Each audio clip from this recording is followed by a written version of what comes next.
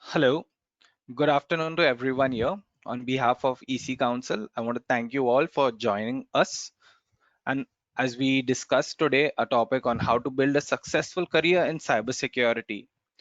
Joining us today is a renowned speaker, Mr. George Debre. He's been with EC Council for more than about 9 years as a speaker, as a trainer, and he has got more than 30 years of experience in cybersecurity under his belt. Over to you, George.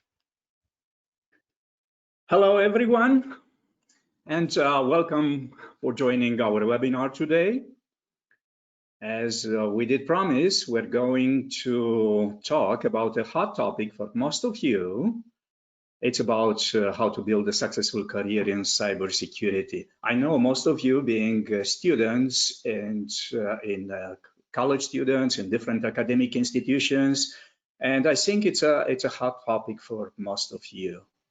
Well, just to tell some words about myself, I started my career in cybersecurity many years ago. I've been for 15 years faculty staff before in a university, before starting my consulting business in IT, focusing more on cybersecurity. My main customers are military, commercial, or government organizations from different countries. If I do remember well, I did deliver trainings, visiting more trainings and consultancy programs, visiting more than 25 countries, different countries. Of course, before coronavirus outbreak.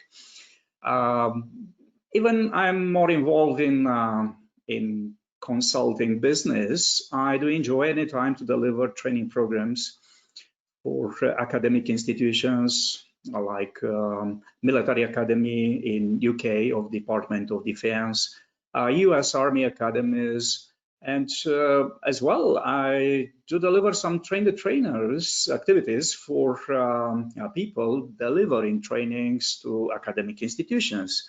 So I have a very good memories about one of the last meetings I did attend in person, visiting Newcastle, Northumbria University, which is a famous university in UK. We had a 2 days workshop I did deliver for the university staff from different universities in UK. They do have an association, and they are planning to enforce the introduction of cybersecurity as a discipline in the curricula of many universities. We had a very productive meeting here.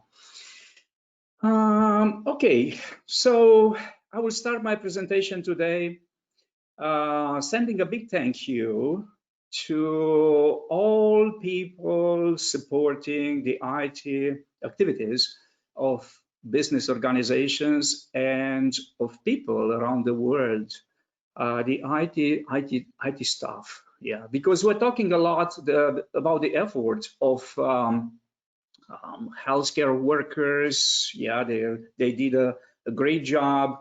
So about people involved in like police officers and some other guys involving in keeping us secure in different countries. And as well, we have to send again a big thank you to all IT staff people. Because of them, their activity, they are working on extended shifts, and they are providing us a good experience, kind of being connected to the businesses, staying home and connecting to our peers and to our organizations. Even the challenges, you know, are very high nowadays related to this kind of job.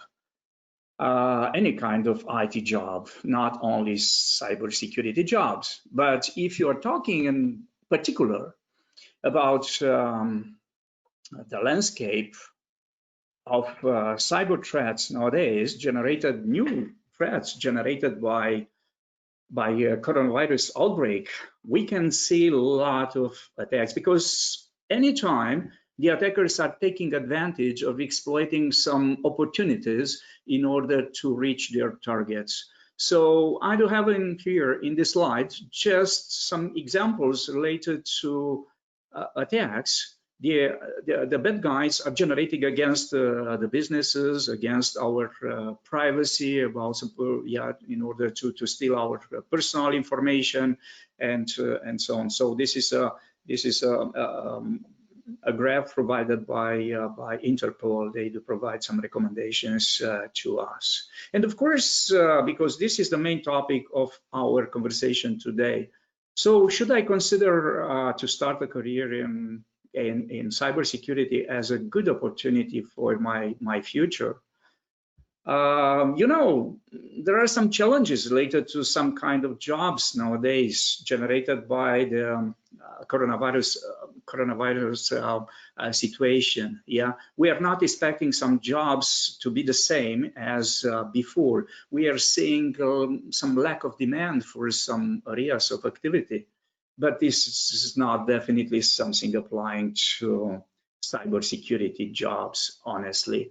Yeah, and we can see some reports related to this. I'll show you some evidence related to this. If you're planning to build a career in IT and especially in cybersecurity, you should understand better the business of the organizations you are planning to work for. Not all organizations are equal, honestly. Yeah, you know, maybe you're familiar with the CMMI model, capability model, maturity model integration. It was built by Carnegie Mellon University.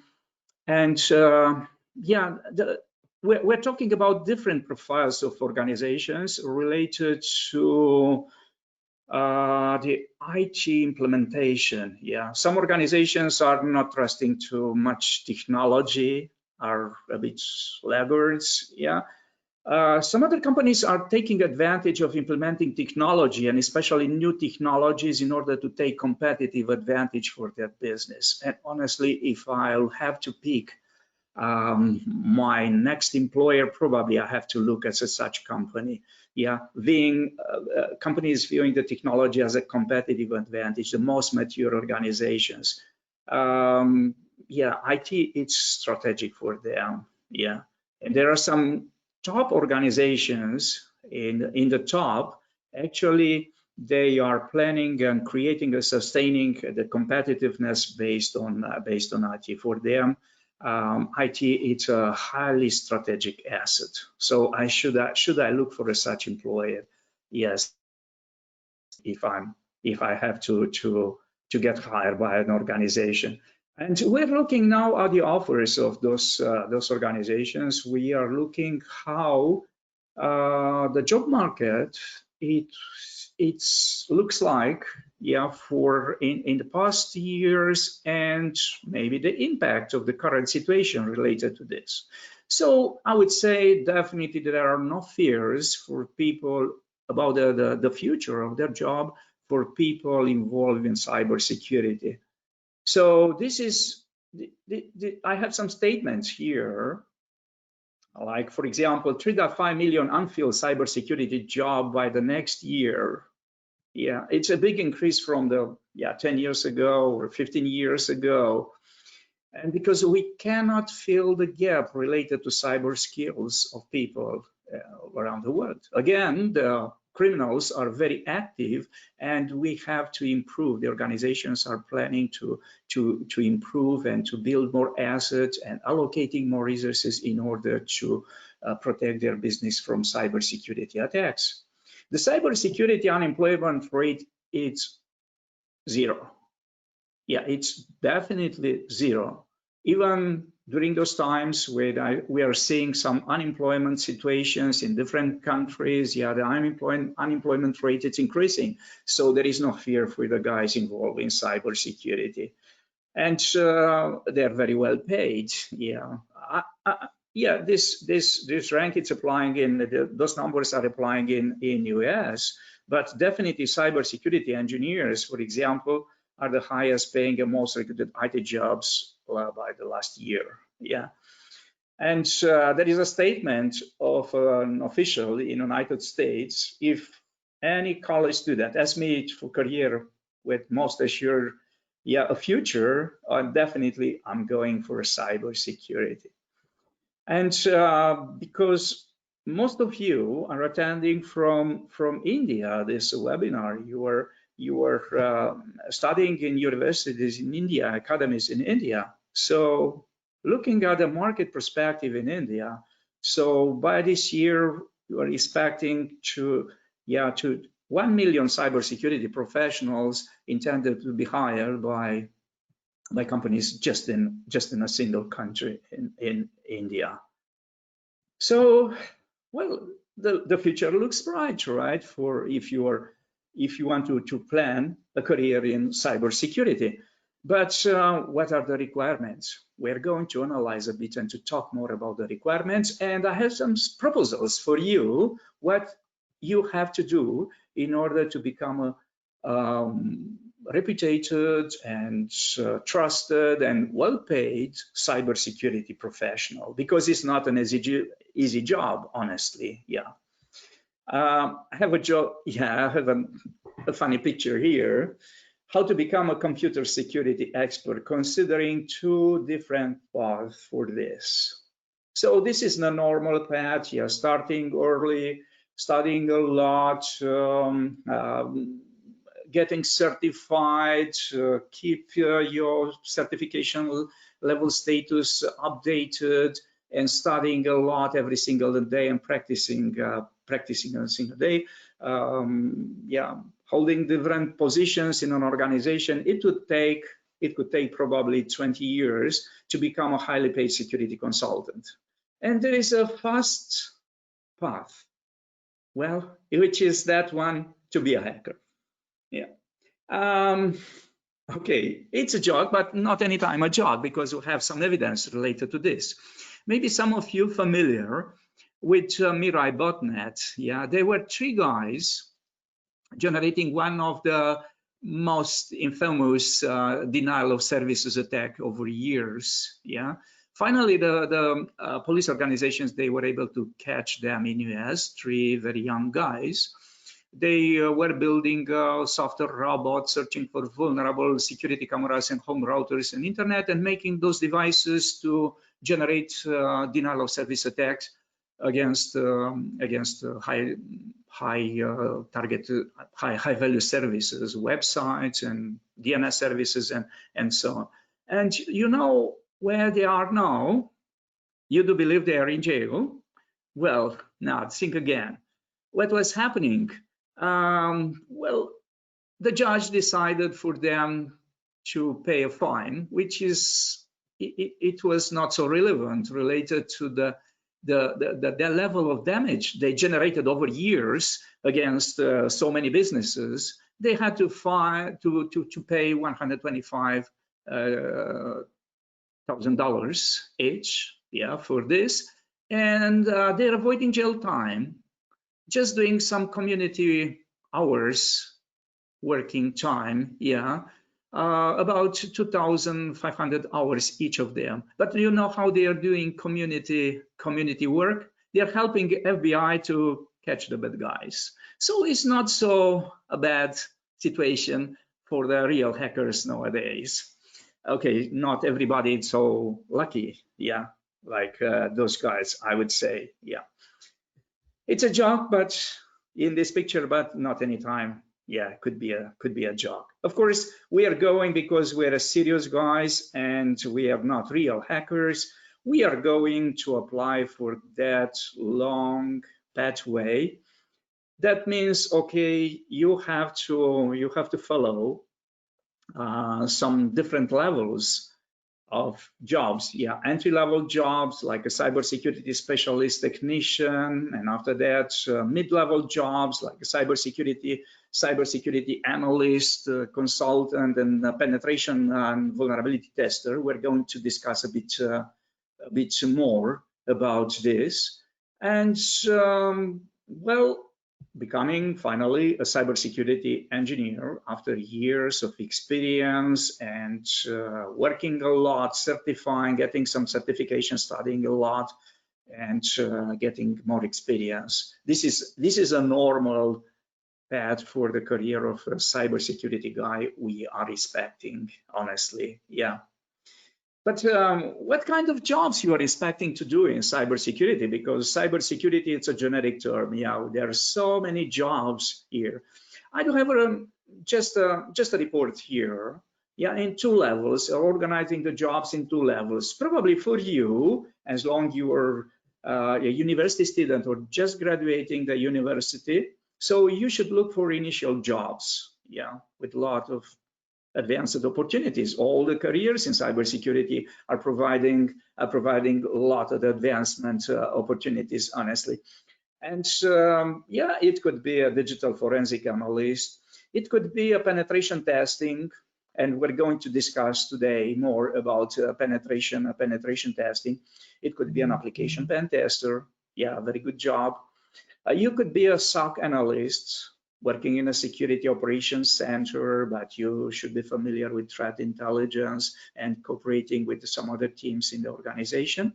And security engineer, cyber defender, yeah, setting up the intrusion detection systems, intrusion prevention systems, and so on, yeah, generating barriers and fences to block the attacks. And after spending some time in a such job, does not necessarily means those jobs are for beginners. You need some skills, you need preparation, you need certifications to acquire certifications in order to get a such job at this level. Yeah. And after spending some years at this level of initial jobs, so intermediate level jobs, I would say, so you can go for more advanced job. Yeah, like for example, doing trend hunting in an organization. Yeah, or a security architect. It's a complex job. You need a lot of experience for this. And yeah, about yeah, you could be a secure software development manager. Yeah, you need a lot of skills for this. You should be very productive in coding here. Malware analyst, reverse engineer. Well, that is another cool job, but you need a lot of knowledge in order to aspire for a such position, or to involve in management. Yeah, CISO. Yeah, Chief Information Security Officer. A lot of organizations are looking for a very talented, skilled Chief Information Security Officer, because such person should be proficient not in terms of technical skills, but as well should be familiar with project management, because he's managing, he or she is managing some projects, managing budget, talking to the organization, because you are in a C-level position in most of the organization. So it's a very complex job to manage so many teams and to be an advocate of cybersecurity in your organization. So being basically the artisan of cybersecurity architecture in your organization. So there are pretty cool jobs, but what kind of skills I need for each of them? So we're going to discuss a bit yeah, what kind of skills and how to approach the preparation. What should I do in order to reach such level of expertise that could make you a candidate for a such job? Okay, so I have some advice for you. Tips could get you started in cyber security. Let's analyze a bit each of those steps. Yeah. First of all, find a good mentor and make a plan. Yeah, you should make a plan, definitely. You need someone to guide your steps. Yeah, that could be university staff, a faculty staff.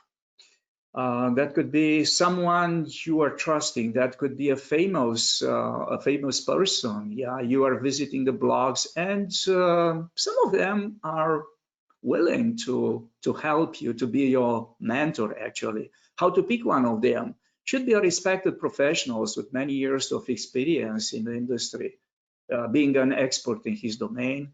Should be reachable, yeah, because those guys are typically very busy and they don't have any time to provide mentoring. For them, it's some extra activity they are doing, but most of them famous people, they're doing this, yeah, but you have to provide a reason for this. They should see in you, yeah, a hope, yeah, to be a good yeah, to be a good cybersecurity guy is promising in the future, yeah.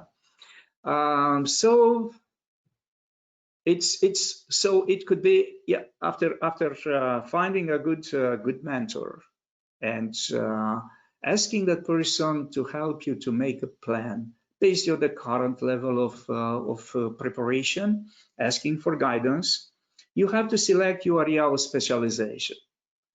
So this is a very important activity, and it's not an easy one, because well, a lot of young people, they do believe that just to be a script kiddie, just a double clicker, it's good enough, yeah, to be involved in cybersecurity, which is definitely a false image.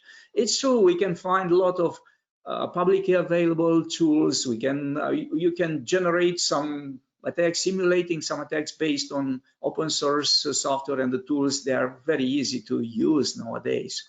But this is not enough to be to select an area specialization in cybersecurity for you. And look at this trend. You have to look at this trend. Most of the tasks we are tempted to automate.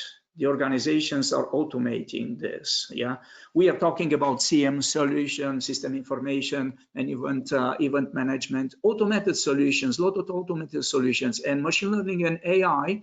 It's helping us to be very proficient. So we are tempted to automate a lot of processes. So there are some activities with not so much future in cybersecurity, honestly. For example, you can partially automate the first line incident response using automated playbooks, reducing the false positive alerts, use machine learning algorithms to take guided decision. But you have to look for some activities that cannot be performed by machine in the future. For example, we can't remove the human factor in malware, reverse engineering, and digital forensics because of the advanced anti-reversing techniques used by the malware.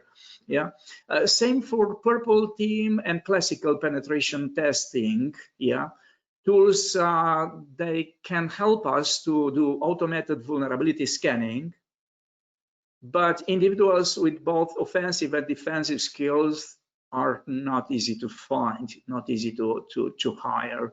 Yeah, to hire in a purple team. We're going to discuss a bit more about the scenarios of penetration testing.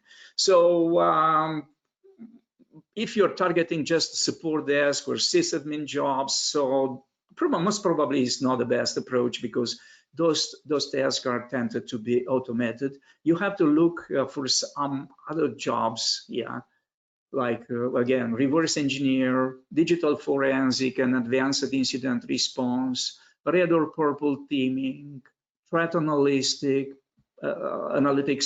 penetration testing, security developer, yeah, DevSec operations, ops. Yeah, those are some jobs with a very good feature. Yeah. Okay, so the next step after deciding something about the basic pattern for your career, so you have to set up a hub lab to experiment, because you have to practice a lot. Yeah. So you can do some activities online, because we have some pen testing platform providing you the ability to practice online. Crowdsourced pen testing activities may be considered as well.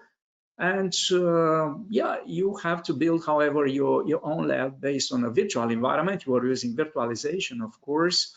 You should be familiar with virtualization. You should start with free tools, community tools. There are a lot of tools available, but you have to practice a lot. Definitely is not something you can skip, yeah, because cybersecurity is related to practice. Yeah, any employer, if you're considering to apply for a such job, they want to see your practical skills, your experience in doing this. Yeah, not enough to be knowledgeable in theory about the topic. So you have to read a lot. This is the next recommendation I can do. You have to read a lot. Read books, starting with books, read blogs, security blogs, read blogs of security organizations to be aware of the latest tools, techniques, and procedures used by the attackers, the new threats, to learn about the new threats and new attack styles. So you have to read a lot. This is because the content is very dynamic in cybersecurity. So what we're learning today, I'm pretty sure it's not applying in a couple of years anymore, in a couple of years from now. Yeah. Get industry recognized certifications. This is very important as well. Yeah. Because yeah, you should build the image of a trusted person. How to do this? Getting certified. Which certification you should aspire? This is based on the area of specialization you are selecting. Yeah, I cannot say this certification is good and that one it's bad. That depends on your patterns, but anytime you should display, yeah, to your LinkedIn profile certifications and your achievements. It's very, very important. Yeah, we're talking about recognized certifications, and those certifications should be recognized by yeah, independent certification bodies, yeah, and international certifications targeted anytime. And so what is very important as well, another thing I do recommend is this one: learn to code. Yeah, I know some people are more familiar with the yeah, infrastructure, technical infrastructure, so they're not paying too much attention to coding. But we are not all of us developers, definitely. But you need some development skills, yeah, because if you want to be an efficient cybersecurity plumber, I would say plumber means you have to integrate different techniques and solutions and platforms. Definitely, you should be proficient in at least one programming language. Which one? Okay, that depends on the real activities. For example, some people are more familiar with C, some other C++, they're considering C++ or Java development. And even if you are not a professional coder, you should be familiar in order to be efficient in cybersecurity with at least a scripting language, because you have to build some scripts. Yeah. Python, that could be recommended. Even PowerShell, yeah, if you're more familiar with Microsoft technologies, PowerShell, it's a very good language, yeah, scripting language to consider in order to build powerful scripts. And honestly, most of the attacks, APT-style attack, advanced persistent threats, they do have a lot of PowerShell scripts behind.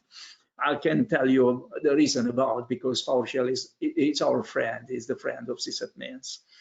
And yeah, you can, it's a good, better opportunity for the attackers to build their attack tools in PowerShell, looking as trusted tools.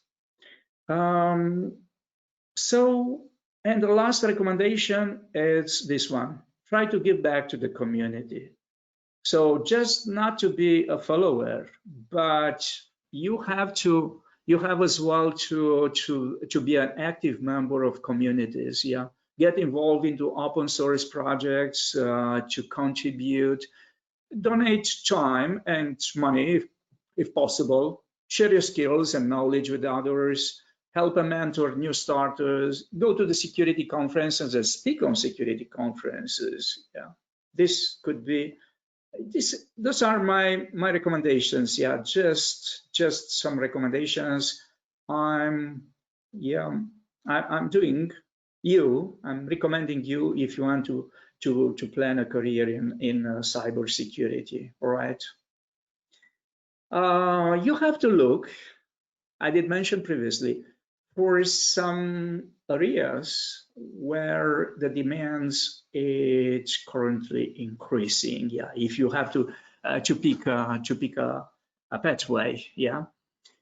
And there are some hot topics, yeah, Internet of Things, for example. So the attackers are exploiting so many times now the vulnerabilities related to challenges related to Internet of Things. Yeah, because honestly, most of the systems we are connecting to the Internet nowadays, billions of new devices, including not only smart home devices, but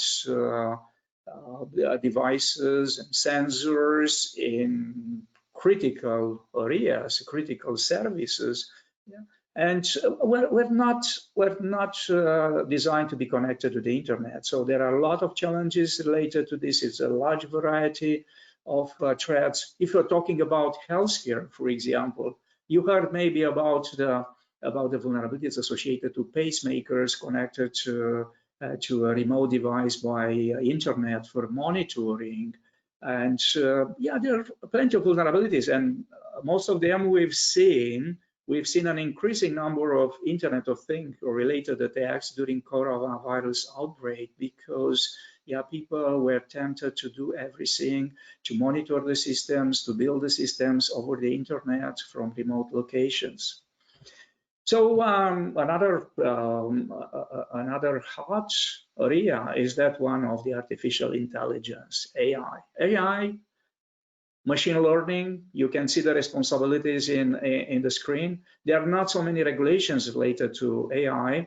We are using, so the defenders are using AI in order to build the most efficient strategies in order to block the attacks. So smart intrusion detection systems, for example, are considerable. Cloud-based protection tools are using artificial intelligence, and in the same time, the attackers started to use artificial intelligence like voice simulation techniques, yeah, for social engineering, which is affordable nowadays. So this field of AI, it's a very hot one. And another one is this one of ethical hacking, yeah, conducting penetration testing, conducting risk assessments, yeah, learning about the latest and testing the latest TTPs if that may be exploited by the big guys in our organization. Yeah, helping the defenders to build the security to protect their assets in the organizations. We're focusing today the conversation mostly about ethical hacking activities for your future career, because I have a proposal for you at the end of my presentation related to ethical hacking as well. You know, EC Council has a very clear pathway to become a licensed penetration tester, to do penetration testing. So you are starting with CEdge. Most of people are starting with the CEdge certification because CND, basically for defenders, basically for blue team members, it's a certification that, yeah, most people are already familiar with this, but CEdge is different actually. CEdge, it's about the offensive security.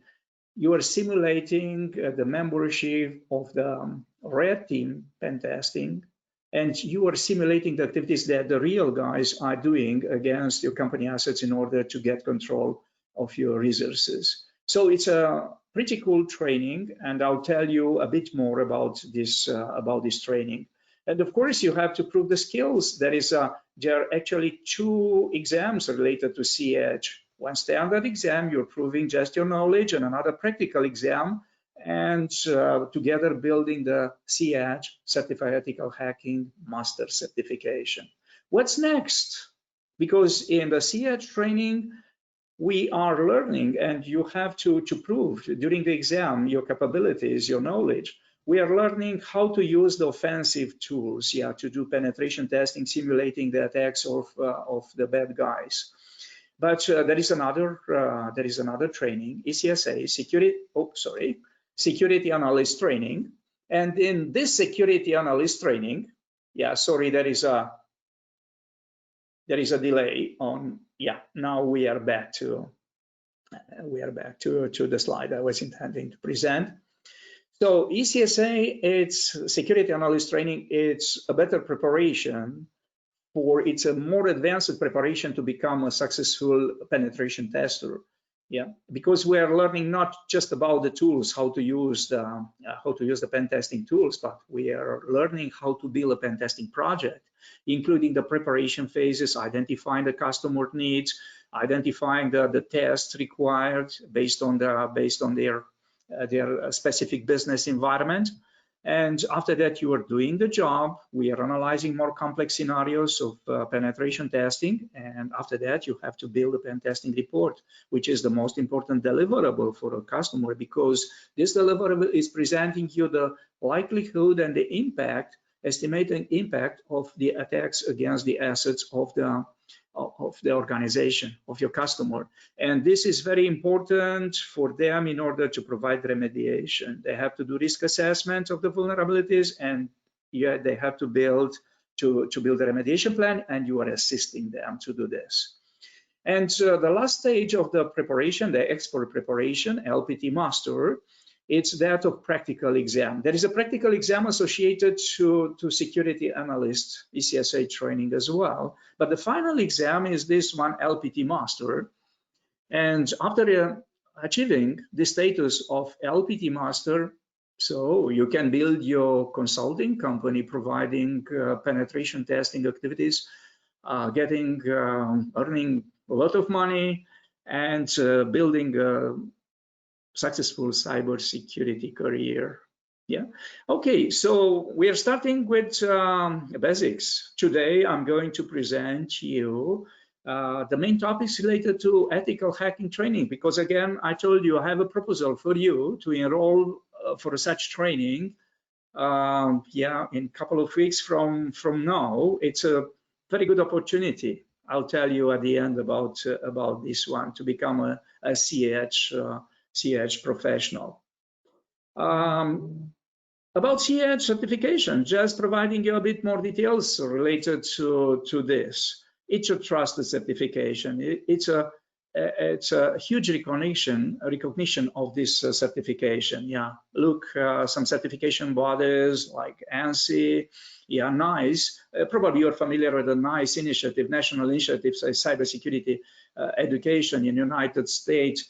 And some United States Department of Defense, it's the certification. It's part of the DoD certification documents. Yeah, DoD recommendations. Yeah, and so I told you I did deliver for years CH trainings for the military staff in the U.S. Army, because it's one of the most frequent certification targeted by military staff in United States. So you're making again, when you are picking the starting certification for your career, you should make a choice based on the accreditation status of that certification. You are looking for recognition, of course. And in this picture, I do have the outline of this training. So normally we're delivering this training 5 days, but sometimes we have to do rush delivery. So we have to cover 20 different topics, 20 different modules. It's a very intensive training, yeah. And just looking at this outline, for example, there is an introduction module, but it's not just an introduction. We're talking about the terms and concepts related to cybersecurity, even about the laws and regulations related to cybersecurity, because you should be familiar. We're doing ethical hacking. Everything should be legal in your activity, should obey the local laws. And after that, there is a collection of 5 different modules, but actually following a flow. I'll explain you this even in the next modules. We're doing footprinting reconnaissance, getting more information about the potential target. And we're doing scanning the network from outside the network, scanning the network from inside the network, enumeration, trying to identify some vulnerability based on the vulnerabilities included in the default implementation of the networking protocols. And after that, there is a conversation about vulnerability analysis. We are identifying the vulnerabilities using different tools. And it's a very consistent module of system hacking.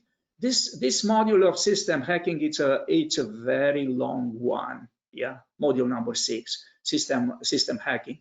Why I'm saying this? Because yeah, we have to follow a flow to take control, trying to take control in a penetration testing activities using different tools based on the information collected in the previous stages to take control and to exploit actually the information which is available on compromised system, on targeted systems. And there is a flow, yeah, to do this. I'll show you in the next modules. We have a conversation of malware. We are discussing, we are trying to do some to solve some basic scenarios of malware analysis. Yeah, it's very important. Yeah, to be familiar with malware analyzing. I can say we are doing reverse engineering at this stage because that could be too much to do this. But we are solving some issues related. We're simulating some issues related to malware threats in the organization in the pen testing activities. We have to send some malware to a similar environment, that one simulating actually the production environment of a customer, to see if they are very well protected or not. Yeah, we have a conversation about sniffing in this training here, trying to exploit the vulnerabilities in the communications. Yeah, trying to intercept the communications, to do wiretapping. Yeah. In the communication flow between hosts, yeah, different hosts in an organization, which is a very common activity of the hackers. Yeah, we have a conversation about social engineering, and we're focusing especially on social engineering based on technology. There is a conversation about denial of service, because you are seeing a high incidence of the denial of service attacks nowadays. Just to try to create business damage based on this, or just to cover actually as a deception technique, yeah, to cover some other attacks. Session hijacking, it's a very interesting topic. So you are hijacking a session which is already established, bypassing authentication and authorization. We're learning how to evade the intrusion detection system firewalls in honeypots as well. It's a very important topic because the attackers are doing the same. We are simulating such activity, and we have 3 connected modules about web application vulnerabilities. Yeah, testing the web application vulnerabilities, testing the security of web servers, trying to hack the web application, and there is an extended conversation related to injection, SQL injection particularly, because this is in the top of vulnerabilities associated to web applications according to OWASP as well. So we are talking about wireless network vulnerabilities and trying to exploit the vulnerabilities, trying to hack the mobile platforms. And we have a nice conversation related to IoT hacking. That is a dedicated module related to this, which is very, very cool. We have a cool conversation about cloud computing and how to analyzing the vulnerabilities, and how to conduct penetration testing for cloud computing, which is a very hot topic. Yeah, and so we have the last conversation about cryptography, just to make sure we're familiar with cryptographic techniques, and as well to avoid any mistakes in implementing the cryptographic techniques and providing recommendation to your customers. This is the outline of the training. So the training is not just theory, because you have pretty cool labs. Yeah, there is a platform, iLabs virtual platform. You are connecting to a data center and you are practicing pretty cool labs. We have plenty of machines. We're using some machines at pen testing machines, like Kali Linux machine, for example. And you have some different victim machines, and you are trying to exploit the vulnerabilities using a large collection of tools. We have in iLabs virtual platform more than 100 different labs. We are learning a lot practicing labs. It's a very good preparation for the CH practical exam as well. About CH exams, There are two exams as well. So the first one is the ANSI exam, 125 questions. You have 4 hours to answer. It's a difficult exam because you should be familiar with the pen testing techniques and tools. You have to study a lot to prepare for the exam, and you should be knowledgeable about the as well about the basics. Yeah, you should be familiar with the networking protocols, the operating systems, and so on. Some previous knowledge. But I think that you could fill this requirement from your university study curricula. And there is a CH practical exam. So it's a 6 hours exam. You have to solve 20 practical challenges. Everything it's online. And yeah, passing score is 70%. So you have to solve at least 14 challenges. Yeah, it's a pretty cool exam. If you're familiar and you are practicing ILABS exam in the CH training, you could be pretty sure, and doing some additional practice, you should be yeah, pretty sure that you will pass this exam. So I'm going to tell you a bit more about the philosophy of penetration testing, because I told you this penetration, yeah, the CH, ethical hacking, it's about penetration testing. This is the general landscape of an attack. So some threat agents, that could be the cyber criminals, even the internal employees or hacktivists, or we're talking about nation state sponsored attacks or terrorist attacks. We're talking about the competitions attacks generated by your competitors. So some threat agents, for a particular reason, are targeting your organization in real life. Yeah. So you have to consider they're picking some attack vectors, and they're trying to identify some security weaknesses, yeah, to be exploited. And after identifying, after being able to exploit, to find security weaknesses to exploit, this is very important. They're trying to bypass the security controls. Yeah, they're trying to bypass the security controls, and they're generating technical impacts. They're trying to generate some technical impacts. So that could be against the assets or affecting a function of your organization. For example, denial of service, denial of asset attack here, generating a such impact.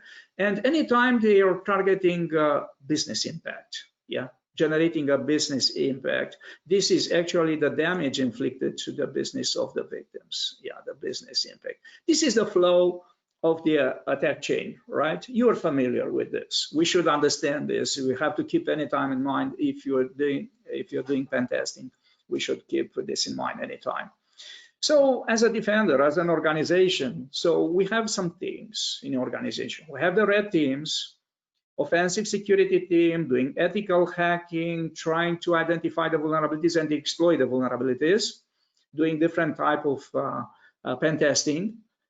Sometimes we're relying on external pen testing teams, yeah, because yeah, we have external pen testing and internal pen testing done by our internal guys, especially white box pen testing scenarios. We have the blue teams. Actually, they are simulating the defensive activity. They're actually focusing on protection. They're focusing on incident response, operational security. They are threat hunters and doing digital forensics. So all those guys are generically considered part of a blue team. What is purple team? Purple team, it's a virtual team. It's not a physical team. So a purple team should include members of the red team and blue team. And they are actually organizing some activities together, and they're analyzing scenario-based, actually, to provide a better protection, yeah, to have the full scenario in mind of potential attacks and what kind of techniques may be used in order to defend against that attack. So purple team is something very challenging for many organizations are now trying to organize formally this purple team. You need very good and skilled people to be included in this kind of activity. So there is a red team attack simulation, because as an ethical hacker, We do learn in the ethical hacking training, to do such kind of simulation, simulating such activities. So to do reconnaissance, to do initial compromise, establishing the persistence, trying to escalate the privilege after taking control of a system, doing internal reconnaissance, connecting to command control center, and obeying the instructions sent by the command control center, which is sending you instructions to collect some particular data, or even to initiate some, to exfiltrate sending instructions to exfiltrate actually and complete a mission. So the mission may be that one to exfiltrate information, to send the information to a server controlled by the attacker, or to make the system, compromised system, to work according a scenario. For example, generating denial of service attacks against some other victims. This is the activity we're simulating, red team attack simulation model. And we're using a methodology, for all those stages. And in this picture, I do have even some examples of the tools we're using for each stage. And we are discussing a lot about the tools we have to use to be more familiar with those tools in the CH training. And as well, at the end of the activity, you are managing the conversation with the blue team members, organizing tabletop exercise, about accountability remediation, providing fixing actually providing remediation in order to make the infrastructure and the applications more resilient to attacks. This is the red team methodology where we are using. About the pen testing specific attacks, so after being familiar about readiness is very important, to be familiar with everything, the latest tools, techniques, and procedures. EC Council, they do have a very good training, separate training. It's a 3-day training recommended after CI training, which is threat intelligence analyst. It's a hot job, I would say. Many organizations are trying to set up such team, threat intelligence analyst team, because this team, it's feeding actually the defenders team and digital forensic teams, and even the pen tester, an organization with information about the latest tools, techniques, and procedures of the attackers. So you are using intelligence gathering, open source intelligence in most of the situation. You should be a member of a community to learn more. You're identifying, step number 3, we are identifying an entry point. You are identifying an entry point, analysis and exploitation, and you are doing post-exploitation. I mean, you are actually taking control for a long time of the compromised systems, implanting some rootkits, implanting some scheduled tasks there, or implanting something in WMI in order to keep control of that machine for a long time, in a hidden mode. And it could be lateral movement, trying to identify, after compromising a single machine in enterprise scenario, to target some other systems to be compromised, to do lateral movement, and data exfiltration, of course. Data exfiltration. You're simulating everything, and the difference from the real attack scenario is that one, you are focusing on reporting. As a pen tester, you are focusing on reporting. We have different type of tests, like white box and black box, or the combination gray box. Black box means you are not provided, when doing pen testing, you are not provided too much information about your target. You have to start with doing footprinting, reconnaissance.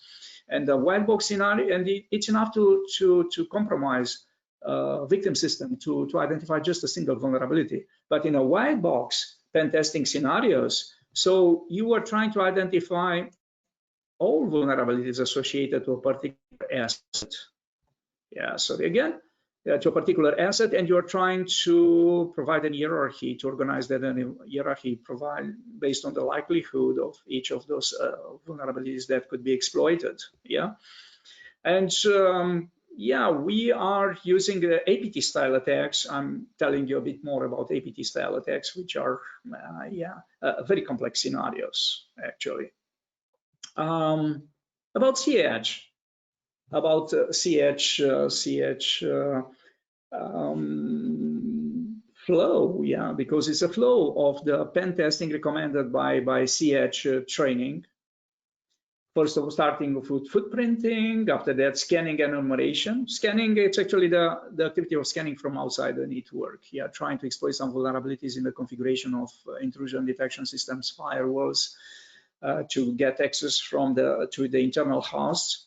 And enumeration, it's actually that situation when you are already inside the organization. So, for example, you did compromise a vulnerable system and you are able to do some lateral movement, trying to exploit some vulnerabilities to compromise some other systems. Yeah, vulnerability analysis stage, and after the system hacking stage. Yeah, trying to bypass authentication, to bypass authorization, doing elevation of privilege, executing some applications like installing rootkits, malicious software, and compromised systems, hiding the activity, hiding some files when collecting, for example, a large amount of data from compromised system. You have to find this.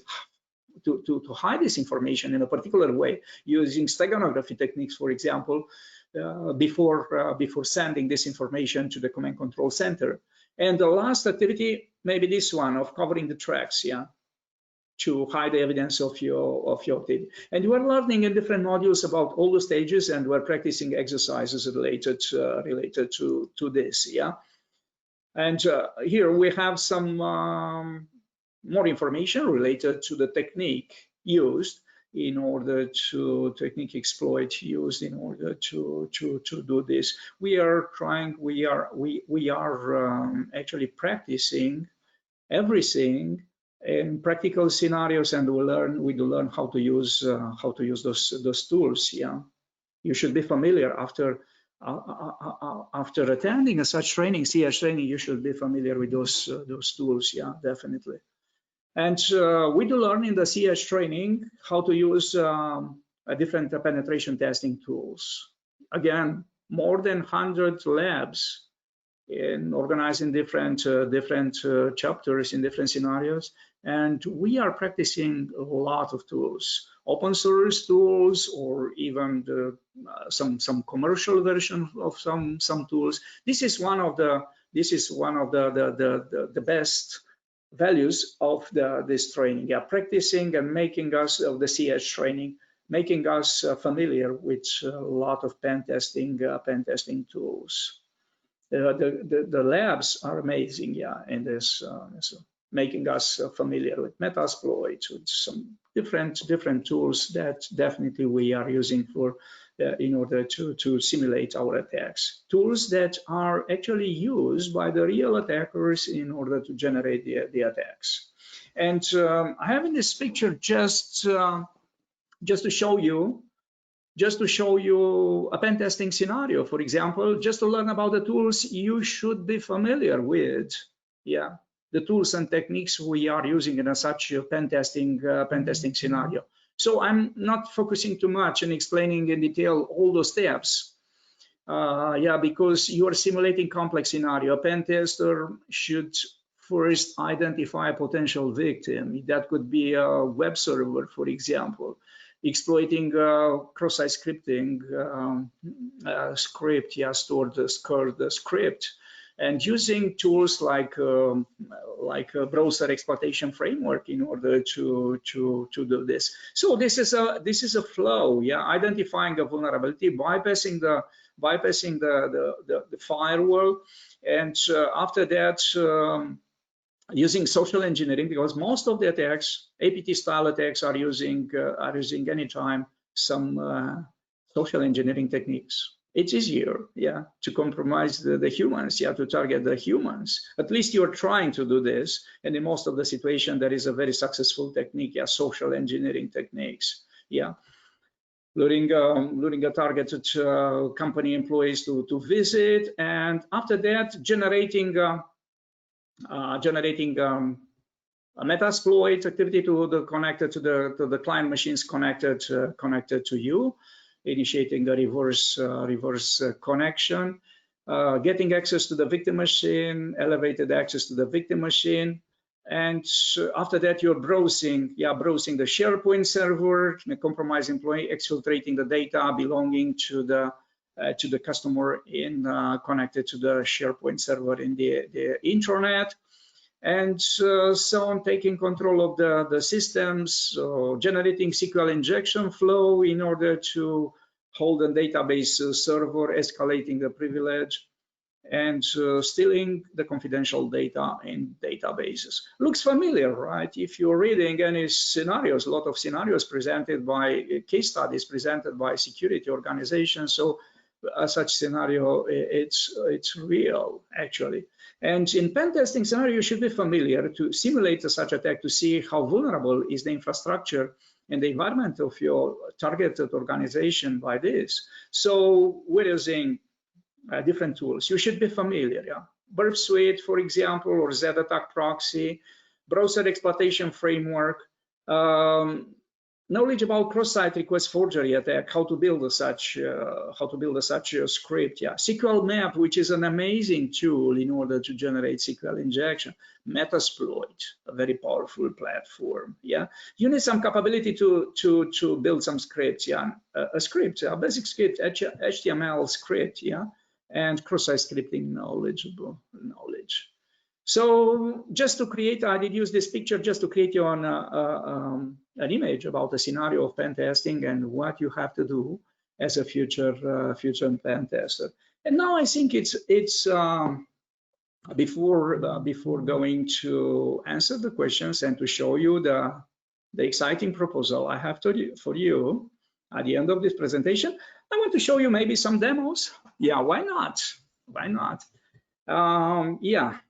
Okay, let's make a short demo. So I have something for you here on my machine. Yeah, I have. So we're talking about antivirus technique, because as a pen tester you have to test the efficiency of the antivirus protection for your organization. How to do this? Yeah, I can use, for example, a basic tool, a virus maker. Yeah, GPS virus maker, and I'm building a virus. It will be a Trojan. Yeah, I'm sending it to the destination machine. Yeah, let's say what to do.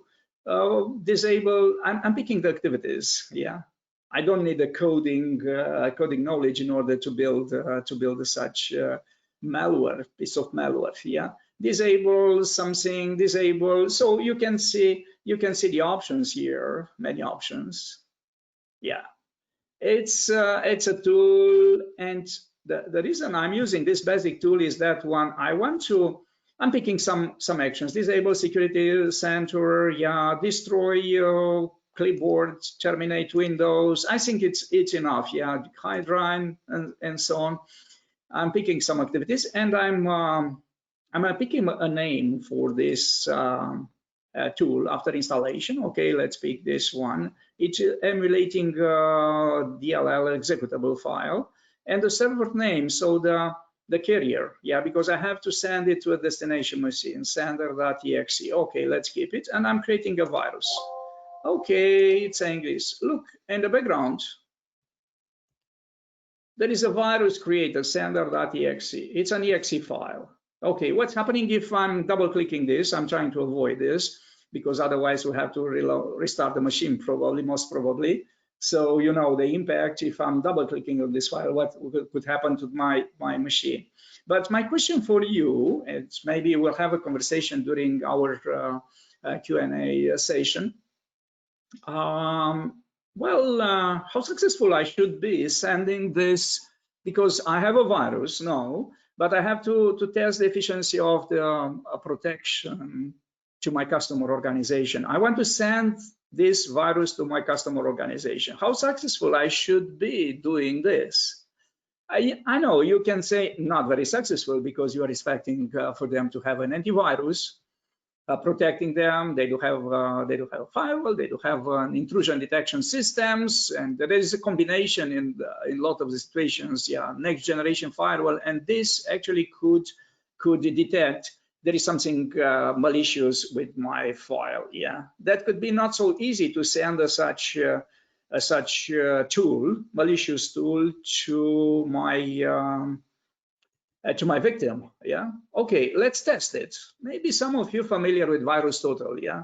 I'm going to upload my file to VirusTotal, which is a free platform providing you inspection. Yeah, identifying there is something malicious in my virus. Yeah, it's a very good protection platform. I'm going to pick my virus.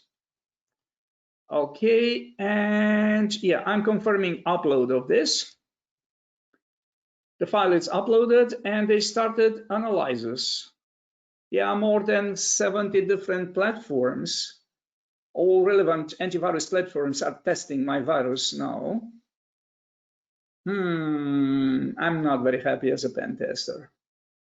Look, most of them, 63 out of 71 detected this file as being malicious. There is a Trojan, there is something malicious, there is a backdoor, unsafe, and so Trojan. Well, I should be happy as a pen tester because, and as well as a customer organization, because if I'm using any platform from here, okay, the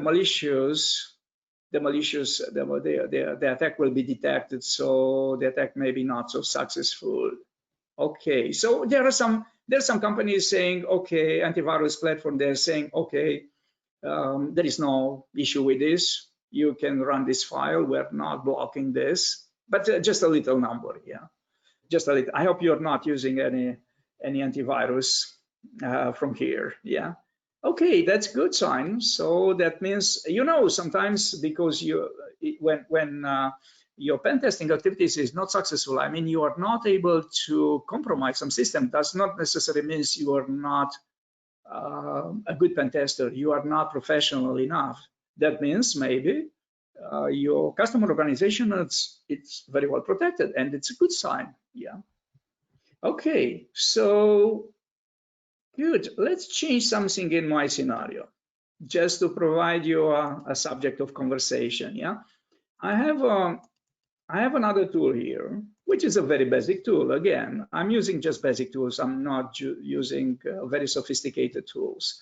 Just basic tools. So a scripter, what is doing a scripter? It's taking actually an executable file. Sorry. It's taking my executable file, sender.exe, and it's encrypting this additionally. The viruses are using different techniques like obfuscating the code, doing different polymorphic code, and so changing the code anytime the virus is running in order to defend against the protection technique used basically by the antiviruses, which is that one of stopping and identifying strings, identifying the signatures in the signature database file, the basic technique to identify there is something malicious, to identify something malicious in the code. It's about the basic indicators of compromise.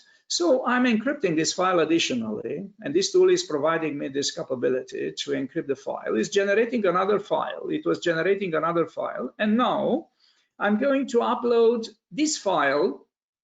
I'm going to VirusTotal again. Keep it in mind, it's 63 out of 71. Now I'm going to visit as well VirusTotal, and I'm uploading this new file. Basically, this file, the effect, if I'm double-clicking this file, this new file, it will actually extract the previous file, and the payload will be generated, so the system could be compromised. But let's see how it's working now, the detection. I'm going to identify that malicious file, which is scripted file.exe. Open. I'm uploading this file. And let's start analysis again. I'm expecting the same results, right? let's see.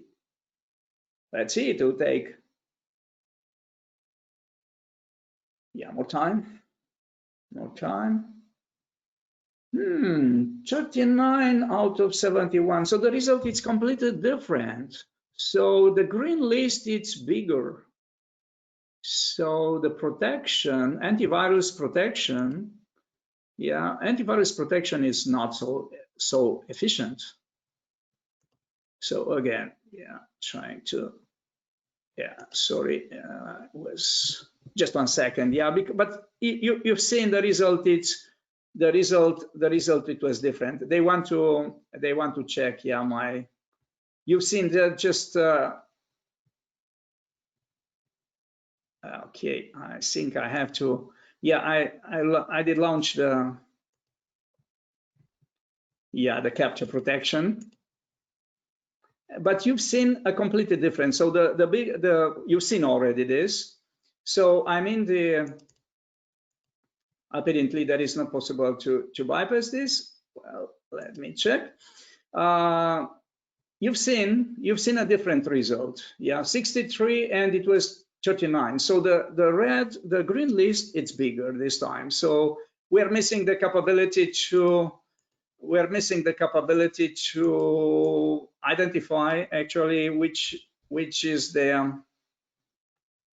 Yeah, I have to upload. Maybe I have to upload again this file, but it was 39 out of 71. So that list, it's a bigger one, definitely. Yeah, I can upload again this file just to see again the list. Yeah, look, it's the green list is bigger.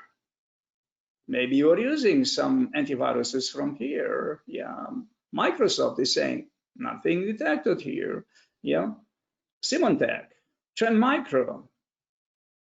Wow, we discovered something interesting. Yeah, of course they are doing just the first stage of detection. Yeah, just searching for signature. So if there is a massive attack, so if many people are reporting a similar attack, uploading a similar file, most probably they are going to they're going to do a different way of malware analysis and doing dynamic malware analyzing, simulating activities, doing in a virtual or physical environment, analyzing all behavior generated by running of the malicious executable file. But even in the situation, the attackers are very smart, even if you're using dynamic analysis of a malware, to see if there is something malicious or not there, which is a more successful compared with statistical analysis. Even the attackers are using successful techniques, for example, based on social engineering, because if you're trying to send an executable file to a victim machine, this is something suspicious as well. But what's happening if I'm sending a document in an email attachment, and that document, it's a Word file, and there is a macro behind, and if the customer is clicking enable content, it's enabling macro. This is a very, very common threat, and a very common technique used by the attackers. And the macro is running behind, is generating a script, and the script is downloading the malicious code from somewhere on the internet, and the system will be compromised. So we are analyzing modern attack techniques in our training, CH training, and this is a very good value for our training. So, and because I want to show you something more, and inviting you to provide an explanation for this, you can send by chat, by question, how to block such attack, I'll show you now. I'll show you a similar attack. I'm switching my microphone. Don't be confused. You should. Okay, because I want to. Okay, so I want to show you another attack now, and inviting you to provide. Okay, just 1 second. I want to invite you to provide me a reason or a potential recommendation how to block a such attack. Look, I have a USB stick. I'm plugging in on my computer, and look what's happening. My computer is very well protected. However, I was not prompted for user account control, and apparently there is something running on my computer. Wow, it's unattended. No one, it was asking me for a confirmation for executing something on my computer, just plugging in. Wow. Wow, I have to stop it. It's a nice PowerShell script, dancing and singing. It was injected in the memory of my computer. Actually, it was bypassing the control. The device I did insert in the USB slot of my computer, it was bypassing actually the protection. Even my computer is protection. I have an antivirus. I have the policies, but it was running unattended PowerShell script, and the script, it was downloading another PowerShell script directly in the memory of my computer. So as an external object. So actually the antivirus on my computer, it was completely ineffective, and my computer got hacked. There is no additional, on my computer, there is no additional hardware as a storage. Yeah, because one of the protection techniques is that one to block the usage of removable drives, USB drives. But there is no, if I will show you the device manager on my computer, and there is no additional, yeah, the device manager, if I'm opening device manager on my computer, you can see immediately there is no additional disk drive on my computer. Yeah, just the original one, but I have an additional keyboard. If I'm unplugging my device, okay, one of the keyboards is disappearing. So there is a challenge for you, and we'll have a conversation maybe at the Q&A part of our presentation. How we're calling this device? Yeah, it's a pen testing device. It's a hardware pen testing device. Okay, so it's for you, a question for you to identify this device, and how it's working, and how could maybe used for pen testing. Of course, the attackers are using such device to generate their attacks in social engineering techniques. So I think we are at the end of our conversation. Again, keep in mind this, my question, what kind of device I did use for the second demo? And okay, now it's my proposal for you. So there is a special training for the students starting on 26th of June. So 4 hours a day. So you can pick morning time or evening time. So you can contact your academy, because you'll be provided as well in the registration an email. If you did register for this session, you will be provided as well information how to join this session. So you should seriously consider as an opportunity to attend this training. It's a certified training for ethical hacking. So now I want to thank you very much for attending this presentation. I think now it's time for some questions. By the way, you can see here my LinkedIn, the link to my LinkedIn profile, so you can join. Yeah, we can make a connection on LinkedIn if you're interested. So it's time for questions. I think there were many questions. Yeah, already sent. Thanks a I'm not lot. sure if you can handle all of them. Yeah, but I'm ready. Thanks a lot, George. This session was really amazing. I'm sure everyone who's attended has felt the same. So just before we run into the question and answers, I do have a couple of questions that people have posted. I would just like to run a poll. So guys, I'm just going to launch a very short poll. Please do participate in it. All right, and with that, we'll go to the first question. George, someone wanted to know what is the basic difference between cybersecurity and information security? Oh, it's an interesting question. Yes. Yeah, we should start from the definition of cyber. Yeah, cyber. And the cyber, what you're expecting, some information security, it's a more generic term. Yeah, information security. You are considering more areas, but cyber security, it's especially targeting that area of the attacks. We're talking about the attack, the cyber attacks related to this. So it's a more restrictive area. You need more skills. You should be more familiar with the tools, technique, and procedures used by the attackers. So that's the basic difference. Right, George, we have got an answer to the challenge and the question that you have posed. So it is coming from Baljit Singh. And what he says is it's a USB rubber ducky. When we plug a USB rubber ducky in a PC, the PC recognizes it as hardware device like a mouse or keyboard. So it bypasses the security, firewall, etc. and runs the script because the PC security trusts the hardware device like keyboard and mouse. Excellent, excellent. Yeah, right. He's definitely right. It's a rubber ducky. You can search for information about rubber ducky. It's a pen testing tool sold by a company, Hack5. They do provide amazing penetration testing hardware tools.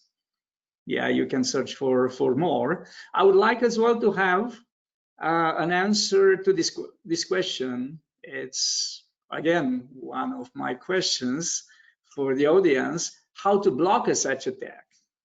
Because apparently there is no new additional USB drive. It's just a keyboard, and typically we're not blocking by policies. We're not blocking keyboard and mice. Yeah, because you are limiting the opportunities to be productive using your computer.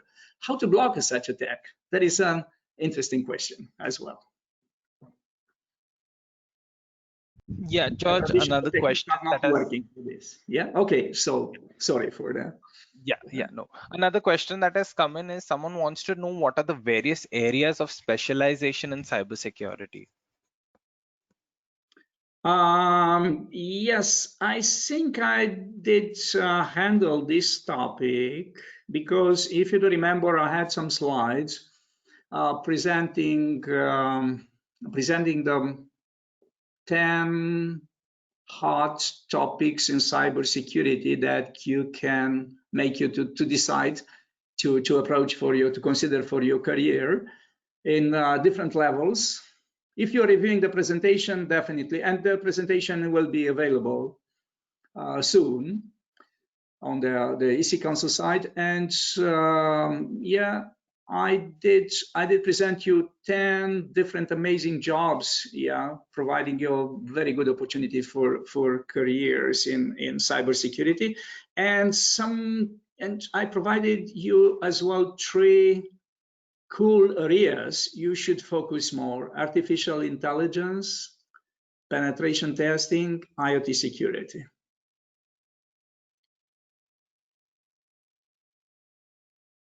All right, George, another question that has come in is if I want to work on the blue team, what studying should I do or where should I start?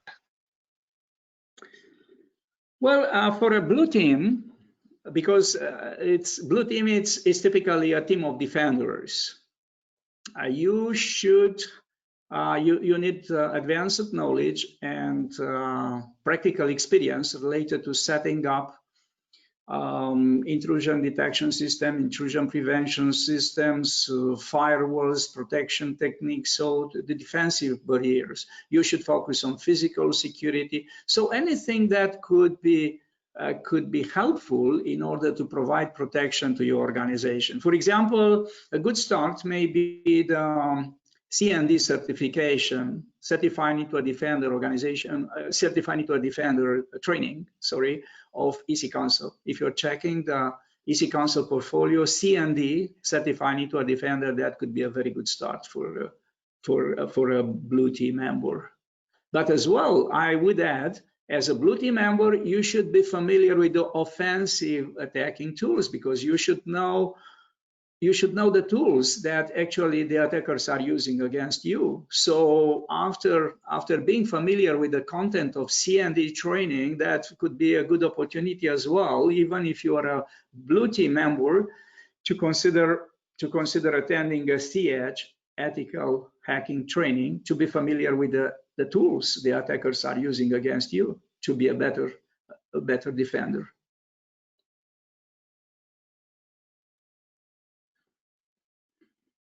All right, George, we've got a couple of responses that have come in with response to your query. So one of the responses is from Vivek Kama. He says traditionally the advice for protecting from this kind of attack was mainly to avoid connecting any USB device of an unknown source. But since that's not always practical, nor is it in our hands, if you're responsible for a company's computers, you can ensure that no one will insert a rogue USB device and infect the company's network. Another way suggested is by whitelisting or blacklisting devices. Besides being of limited practicality, it might be circumvented by spoofing device IDs. That was one. And another answer that has come in is come from Joe Chi Ib. You need to set the screen to automatically get locked when any keyboard mouse connected and prompt you with a password to unlock. Yeah, okay, very smart answers. Thank you very much, guys. Both techniques described here are efficiently trying to block, actually trying to block such attacks that may be generated by using a rubber ducky tool, USB tool. Of course, that one of sealing maybe the USB ports, I mean, by software, no one can use any USB port. Maybe not so practical if you're using a laptop, so it's not efficient. Instead, I would going to suggest you another technique, whitelisting the applications. That could be, yeah, just to build a list of applications which are allowed to run on the computer. This could be one of the techniques. Even there are some techniques the attackers are using to bypass this. And whitelisting the device IDs, for example, distributing to you're using the same keyboard, the same mices by your guys in your organization, and actually adding restrictions in group policy or using similar tools to the device ID. Yeah, doing such kind of whitelisting or device IDs. Even the attackers may be trying to manipulate the device ID. Yeah. Okay, there's no single answer. Both, yeah, the techniques described by the two colleagues are very efficient, but probably you have to consider a combination, actually, not just a single technique to be highly efficient in order to block such attack. But thank you very much for answering those questions. All right, George, I would like to thank you a lot. Thanks a lot for the valuable time that you've given us to share your great insights on the matter. And I'm sure everyone who has attended this webinar is totally impressed and has got some takeaway about how they can go about building their careers.